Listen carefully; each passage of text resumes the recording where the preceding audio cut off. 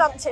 বর্তমানে Asif Nazrul, chief professor Tajul Islam সবাইকে আমরা ছড়িয়ে দিতে বাধ্য। বর্তমানে অন্তর্বর্তীকালীন সরকার আমাদের রক্তের উপরে দাঁড়িয়ে আছে, শুধু আমাদের সামনে মূলাটা ঝুলিয়ে রাখছে, কাজের কাজ কোনো কিছুই হচ্ছে না।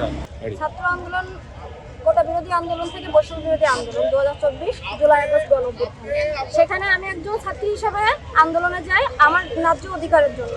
কিন্তু ফ্যাসিস্ট সরকার আমাকে 5ই আগস্ট সকালে আমাকে মেরে আহত করে। আমি একজন স্টুডেন্ট, আমি গেছিলাম আমার গণতান্ত্রিক দেশ থেকে আন্দোলন করতে, কিন্তু আমাকে মেরে মারাত্মকভাবে জখম করে আহত করে এবং আমার বাম হাতে বর্তমান আমি ভারী কিছু তুলতে পারি না। বিষয় এখন যেটা হচ্ছে, বর্তমান অন্তর্বর্তীকালীন সরকার আমাদের রক্তের উপরে দাঁড়িয়ে আছে, তাদেরকে প্রত্যেকটা কাজ আমাদেরকে ঠেলাগাড়ির মতো ঠেলিয়ে করা হচ্ছে। একবার আমাদের চিকিৎসা সেবা, একবার আমাদের অধিকার, একবার আমাদের ন্যায্য কথা, এসব কিছুই আমাদের এখন যেটা বিড়ম্বনা, বর্তমানে আমাদের জীবনের ঝুঁকি। যারা মামলা করেছে তারা ঝুঁকিতে আছে, আমরা যে ন্যায় বিচার পাবো তারও কোনো নিশ্চয়তা নেই। এখন তারা পড়েছে হাসিনাকে নিয়ে। ভাই, যেখানে যারা আছে তাদেরকে থাকতে দেন। তৃণমূল পর্যায়ে যারা আমাদেরকে সমস্যা করছে আপনারা তাদেরকে ধরুন। আমলিগ পরিপন্থী যারা অপরাধী তাদেরকে আপনারা ধরুন। কেন শুধুমাত্র আমাদেরকে দেখানো হচ্ছে ট্রাইব্যুনাল ভাগ করা হচ্ছে, এটা করা হচ্ছে, ওটা করা হচ্ছে, শুধু আমাদের সামনে মূলাটা ঝুলিয়ে রাখছে, কাজের কাজ কোনো কিছুই হচ্ছে না। এটাই সব থেকে বড় কথা ভাই। এই ট্রাইব্যুনাল বাড়ানো হচ্ছে, ভাই ট্রাইব্যুনাল বাড়ানোর তো কোনো দরকার নেই। আপনাদের যেটা আছে আপনারা সেটাতে সুষ্ঠুভাবে কাজ করেন।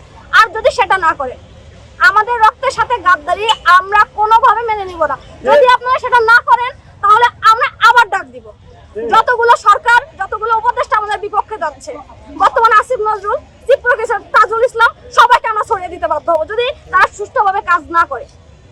এটা বলেন, আমাদের অনুরোধ বলেন, হুমকি বলেন, যেটাই বলেন, যদি তারা তাদের জায়গা থেকে ঠিকমতো কাজ না করে তারা সরে যাক। যোগ্য মানুষের অভাব নেই, যোগ্য মানুষের অভাব নেই, আমাদের কাজগুলো করে দিক, সুষ্ঠু বিচার করুক। আমরা চাই না কোনো নিরপরাধী মানুষের বিচার হোক। আমনি করছে মানে সেটা খারাপ, আমরা সেটা বলছি না, কিন্তু আমাদের গণহত্যার সাথে যারা জড়িত, যারা আমাদের আহত করেছে, যারা দেশের ক্ষতি করেছে, তাদেরকে আমরা ধরুন, তদন্ত করুন, বিচার করুন খুব শিগগিরই। না হলে আজকে 10 মাস অতিবাহিত হয়ে গেছে, আমরা দ্রুততম সময়ের মধ্যে সুষ্ঠু বিচার চাই।